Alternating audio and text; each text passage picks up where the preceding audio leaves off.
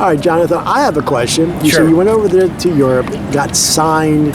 Now, was this a traditional record deal contract It that we was. knew back in the day? Yes, that's true. But mention how that really transpired and Okay, then how so it's come to today's They world. heard my music, they liked it, but the problem with a new artist is that you don't have any promotion. Your name doesn't have any value.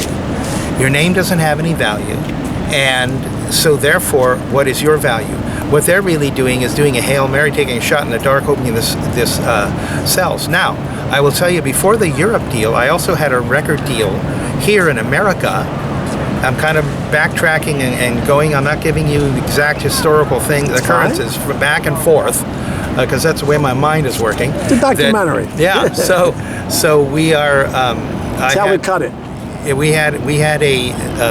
I had a record deal with Mark 56 Records. Now, Mark 56 is an interesting story here in America.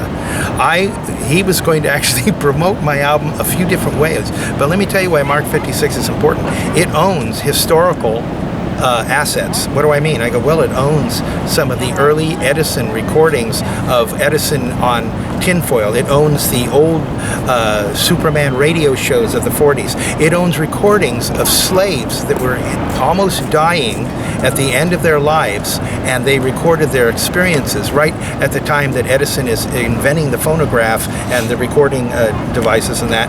And I go, so they had assets. I was in the vault one time, and they said, my God, I can't believe you own all this stuff. And this is George Garabedian. His son, I think, owns the company now. But he wanted to promote my record as a accompaniment to a bottle of wine through the Alpha Beta stores. And I said, sure, let's try it and see if we can make some money. I go, it's better than nothing. And so after that, and I only had one album at the time. Remember, now I have 32, probably the largest catalog in the entire world, classical guitar catalog. Over 300 tracks, that's more than the Beatles. And that's recorded over 30 years under many different circumstances. So now let's flash ahead to Europe. But before I do that, I'm going to flash back to when tapes were going. I had, what was it, Jonathan Taylor, Classical Guitar Virtuoso or something, a tape, and it was distributed in all the record stores around the country at the time. And that tape was in Tower Records, Sam Goodies, Sam Ash, maybe, all these different stores that at that time were prominent. I remember my friend saying, oh my God, Jonathan, you've really made it. You're in Tower Records in Hollywood. And I said, yeah, but my pocketbook's still empty. So starving artist. That's right. So I go, that's how much I've made it. So now let's go into the European deal. So what was that? And I go, well, they take a shot, they put it out there.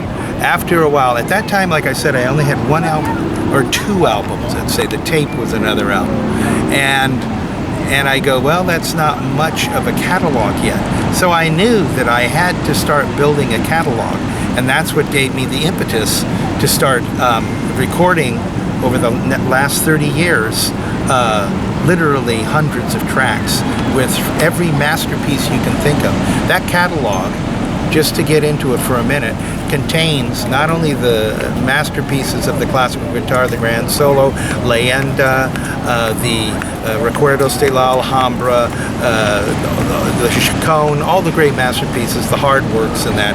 And then also pieces that I've transcribed for the classical guitar that have never before been done, American folk songs, in a sophisticated way, I should say. American folk songs, things from the psychedelic era transcribed for the classical guitar on my Psychedelic Love album, Truly Chosen, pop tunes, Gershwin, jazz pieces by Duke Ellington, etc., ad infinitum. And so now, back again to Europe. So now I have my European record deal. I've got an American record deal as well, but I'm not making any money. And why aren't I making any money?